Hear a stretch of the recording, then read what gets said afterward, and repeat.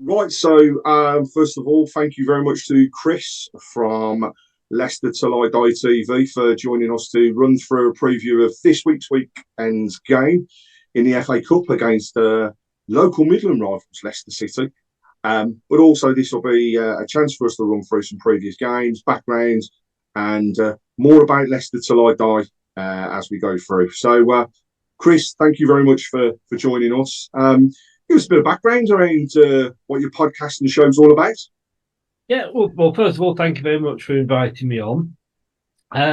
Leicester Till I Die, was born out of me going on to other Leicester City channel and guesting on there, and then decided, well, look, hang on, I can do this myself. I was already doing a website. I was also already doing the social media sites, but the actual YouTube side of it was born out of that. And of course, then COVID struck, and we were all sort of sat at home, and basically it stopped me going through the window and jumping 4 floors down to me death, sort of thing. So yeah, it was very good on that. And for however long the show happens to be, it's all about having a laugh. It's all about having a joke. We don't take it too seriously. Yes, we wind, opposition fans up and we allow them to wind us up. What it's all about, you should have a bit of banter, and then at the end, you should shake hands and go off. It's a game of football at the end of the day.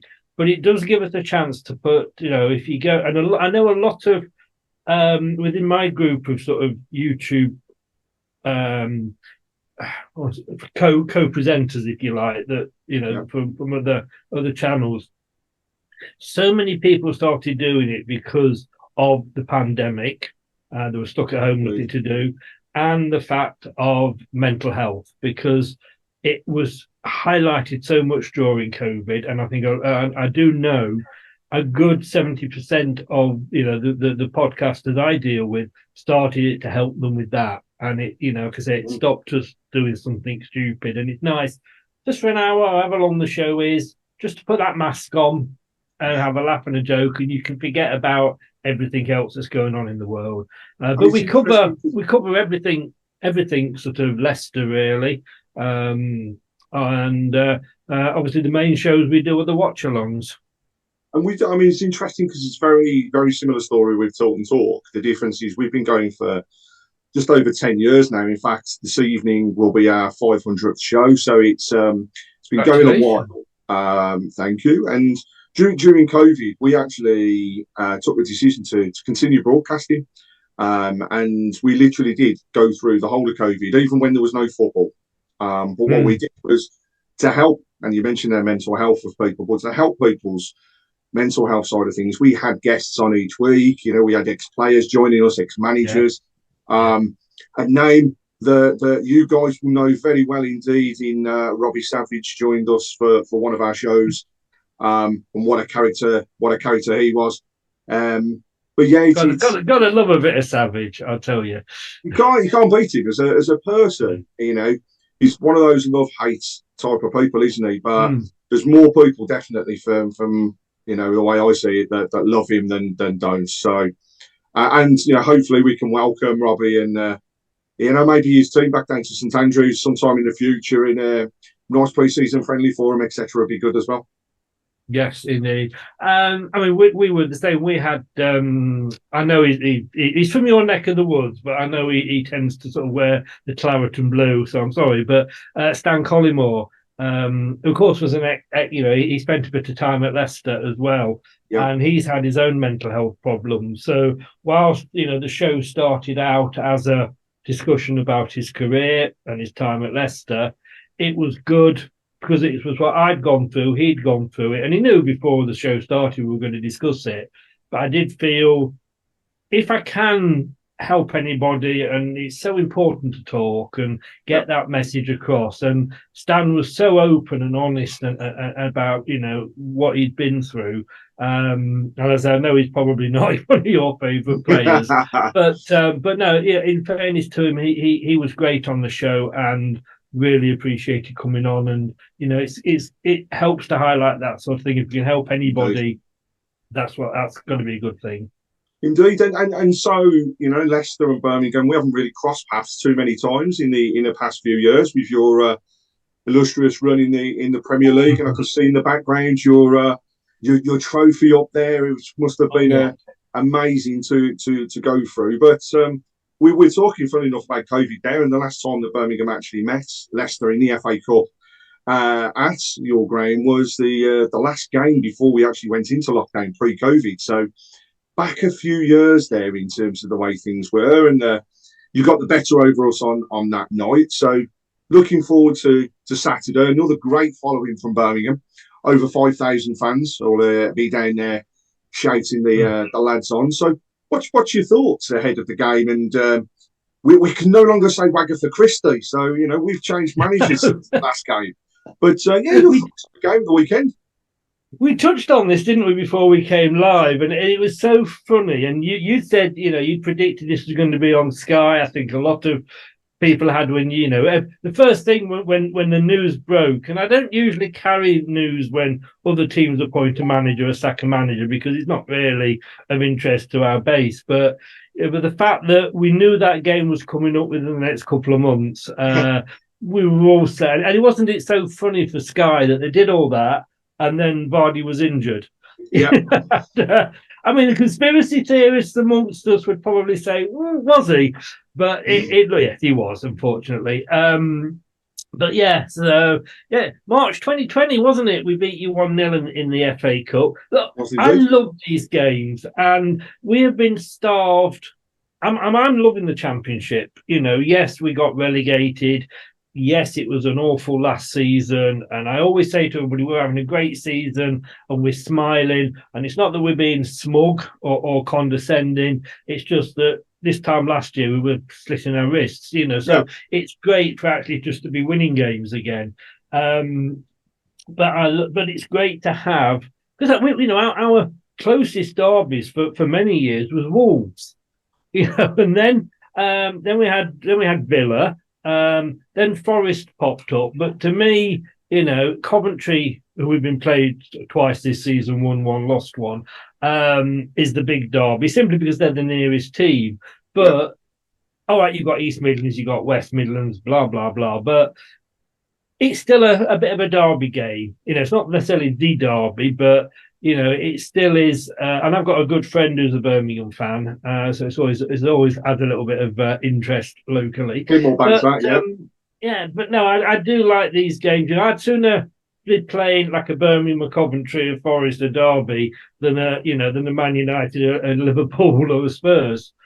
It's funny because a lot of fans actually say, the Premier League draws the big names, but then the difference between the Premier League and like you say, being in the Championship is, if you've got millions and millions, and we're talking tens, if not hundreds of millions now to spend in the Premier League, you can actually have a team that can be competitive and take it forward. In the Championship, it's not like that. It's, every team is capable of beating each other. And yes, Leicester are flying, and I will say it now, if you don't win the league, there is something seriously wrong. And in fact, if you don't wrap it up by Easter, I'm going to be surprised.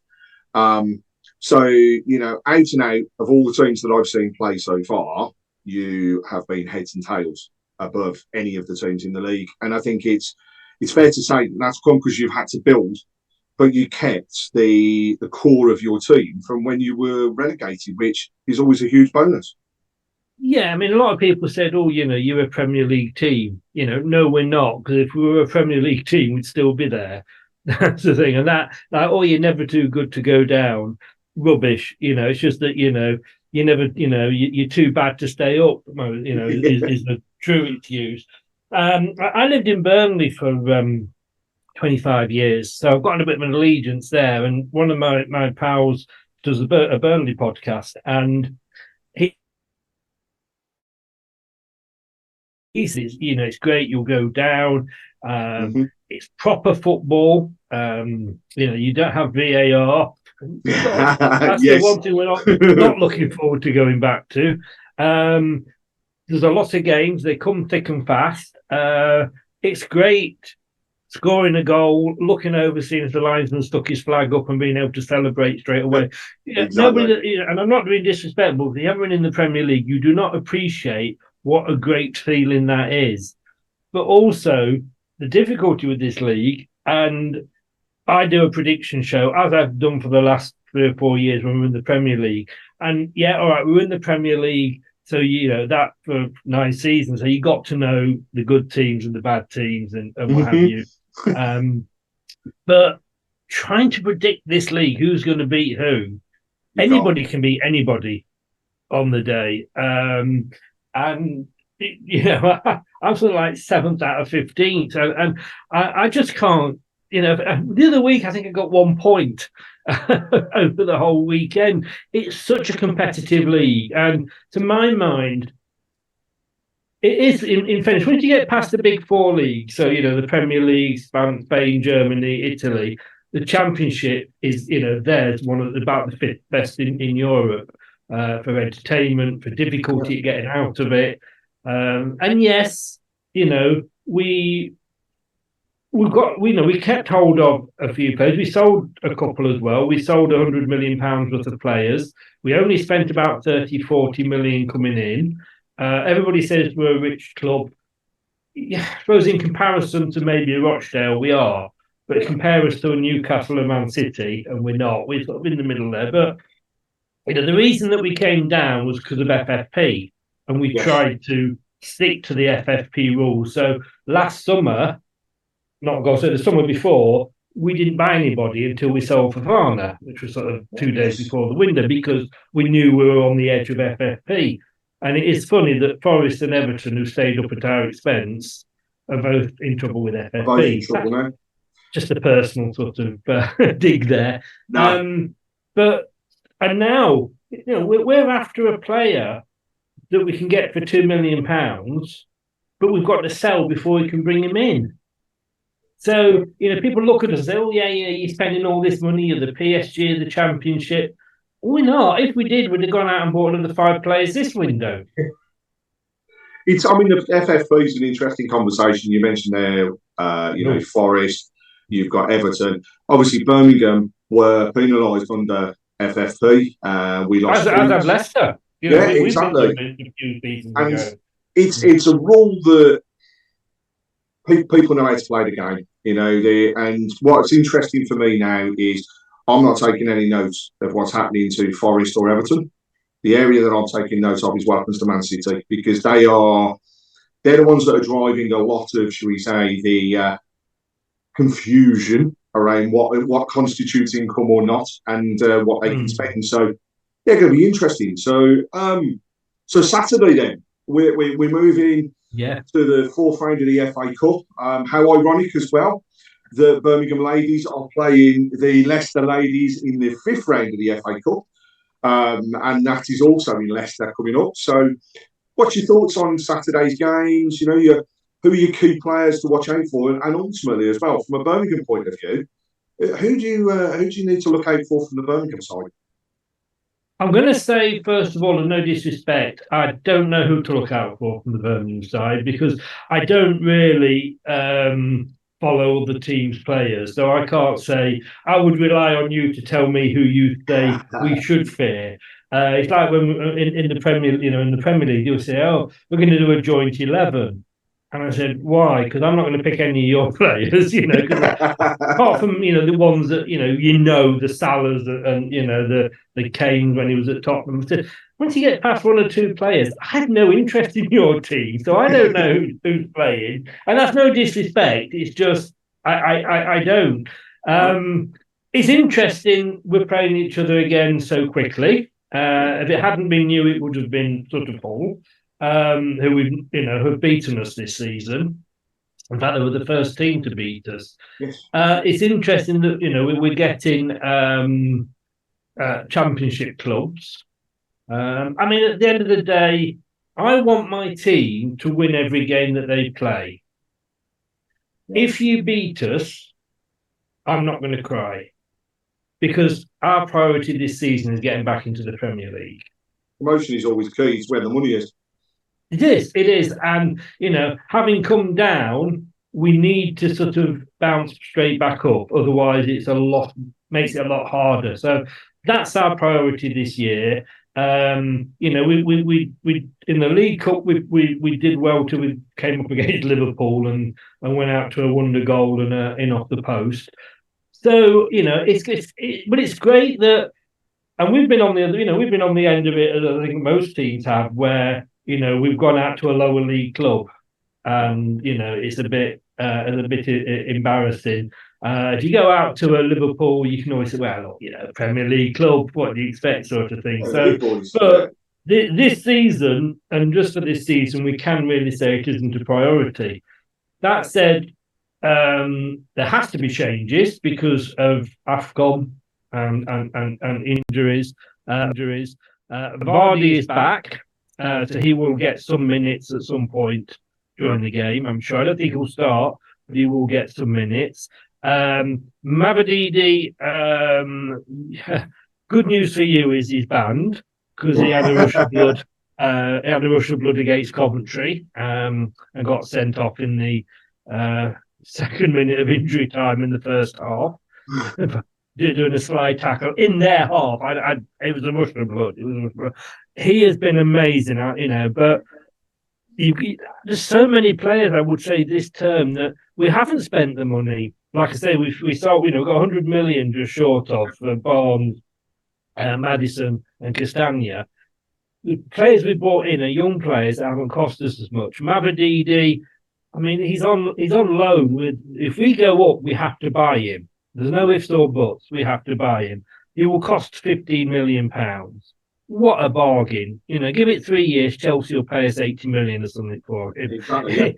He is the team we've got him from must be sat there thinking, what the bloody hell did we do agreeing to pay 2 to 15 million? The guy is absolutely amazing. He's out for 3 games, but I guess we'd have probably lost him for 6 if he'd gone to AFCON. So swings and roundabouts. On the other side, you've got Mavadidi, who is honestly, again, he was known as an Arsenal wonder kid, and then it kind of went wrong.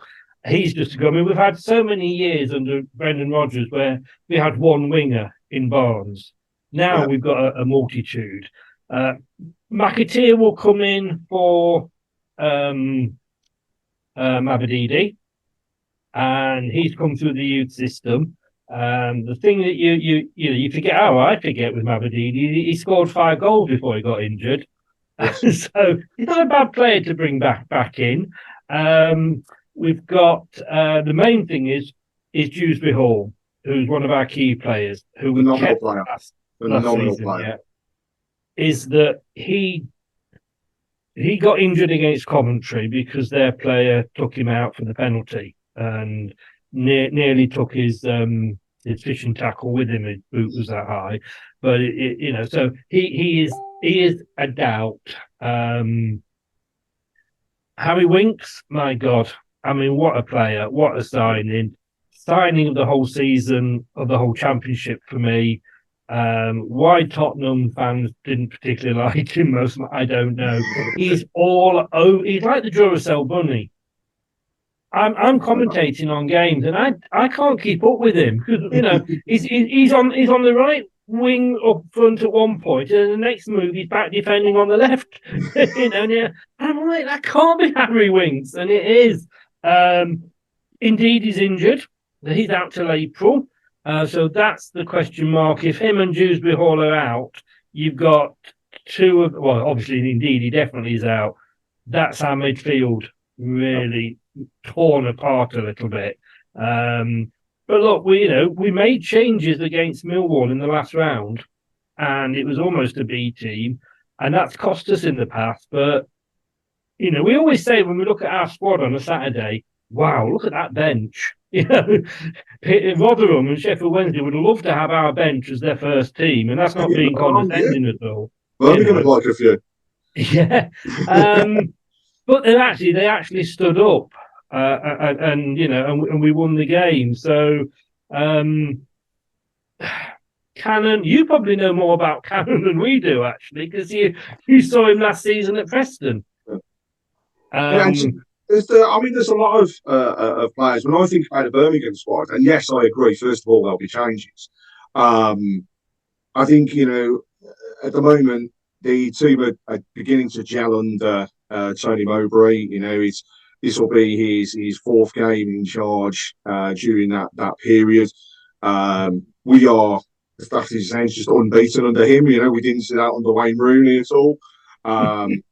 We're not playing the most fantastic and beautiful football, but you know what? We're grinding results. We did it the weekend against Stoke. It was a very good game against Leicester at St Andrews. Thoroughly enjoyed it. Not very often that you applaud a team off the pitch after they've lost, but actually everybody gave their heart. So I think go to the weekend, there'll be changes.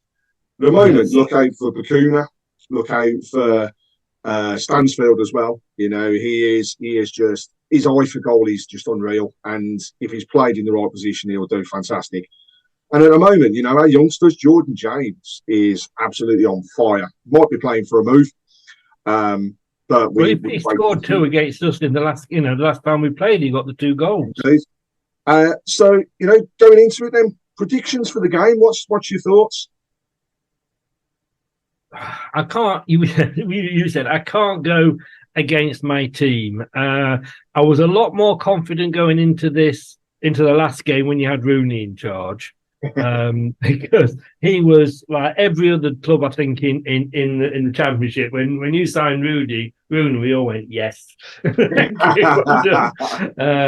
but it's kind of true. It's going to be a tight game. We do concede goals because of the way we play. I think a lot of teams play it out from the back. We do definitely, and we can get caught out. Yeah. So there will be goals in it. It's going to be tight. I wouldn't be surprised to see another 3-2, to be honest with you. But that's for the Blue City. No, that doesn't make it any easier, does it? No, I was going to say, come on, which one? No, that's for Leicester. Of course, it's for Leicester. No disrespect, but you'll give us the game. I think Tony Mowbray is a great choice as manager, and he's got the experience. I think you bought. It's not for me to say because I don't know Birmingham, but it looked like it was the name that you bought in rather than the knowledge when you got Wayne Rooney. Very naive, probably, of new owners. But you've learned by the look of it, getting rid of Tony Mowbray. I was surprised Sunderland got rid of him, to be honest. I think he's a great manager. Been around, he's got experience, and he'll do well for you. I'd sooner you still had Rooney in charge for this game, if I'm honest. I think going into the game, it's going to be, again, I agree, close encounter. I still think you're stronger than we are at this present moment. As much as I would love to say that we're going to come away with a 2-1 win, I think it'll be the opposite way round. I think you'll beat us 2-1 and take yourselves into the 5th round.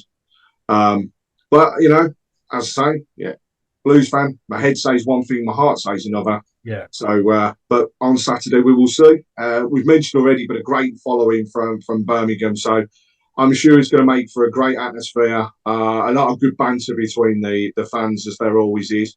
And no, just thank you, Chris, for your time and for joining us. I will ask one favour if I can do. Of course you can. If Vardy will come on, I'm pretty sure. We think Cannon will start. Please do wind him up. No, because he always scores when you do. Exactly. I'm surprised the way fans haven't learned that yet. But no, it's been great. Thanks for having me on. No, thank you very much indeed. And I'm sure as we go through the season, we'll be in touch again. And good luck for the weekend. Here's to a great game. And thanks again for your time. And to you as well. All the best, mate. Cheers. Thanks a lot, Chris. Cheers.